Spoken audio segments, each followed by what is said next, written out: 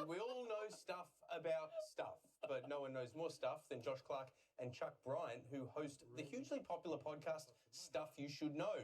Now, they're putting stuff in a book, and they're joining us now as well. You guys were podcast trailblazers in 2008 and have since had over 1 billion downloads. Just extraordinary. Do you consider yourselves trailblazers? Oh, boy. Maybe in a way, because, you know, we got an early start. We certainly didn't know what we were doing back then. I'm not sure we do now, but I guess benefits of being an early entrant really helps. Your book covers everything from Mr. Potato Head, originally being called Funny Face Man, to dog's feet smelling like corn chips. But one thing that intrigued us is that the British have so many ways to say drunk. Can you share some of them with us?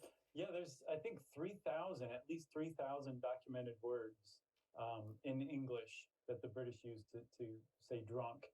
Everything from legless to bladder to on the lash, off your tree. One of my personal favorites is Kentucky Fried, which I don't know if I would spend many Friday nights with somebody who called getting drunk getting Kentucky Fried, but it's funny to hear, you know?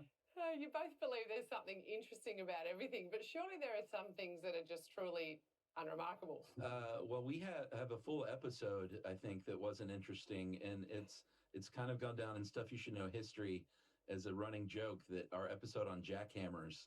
I'm sure jackhammer operators love that episode, but it turns out that they're not so interesting. They just make a lot of noise. We really tried to. We tried so hard and we could not make it interesting. Well, plenty of people give us stuff about the stuff that you talk about on your podcast, including lots of Australians. Is there something that you can share with Australia that we might not know about ourselves and our country? One thing we didn't know that you guys might not know is that also, like, a male platypus has enough venom to kill a small dog in the little spurs in the back of its heels. And no humans have ever been killed by one, luckily, but some dogs have for just messing around with platypi. Is it true that the daddy longlegs has more venom than a funnel web spider, but it just doesn't have the ability to pierce the skin? I always heard that as a kid. Yeah, You no, know it's what? not true. I always heard that too. That's probably not true, is it, Josh? No, it's not true. It's just one of those beautiful, wonderful urban legends that I always feel guilty about busting stuff like that, you know? So we'll just say it's probably not true. Right. I've passed it on to my kids, and they just sit there permanently scared shitless every time a daddy longlegs goes past. Yeah, that'll do it for sure. So here's the real challenge for you guys. Everyone thinks you're interesting and you've got interesting stuff to say about stuff. Do your kids think you're even close to interesting? I've got a 5-year-old daughter, and she thinks I'm pretty cool.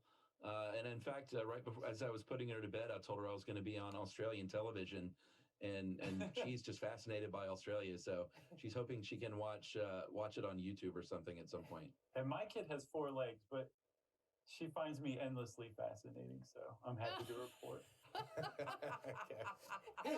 She's right here behind me on the bed, right there. There's a pillow with her face on it. That's the level that I'm at.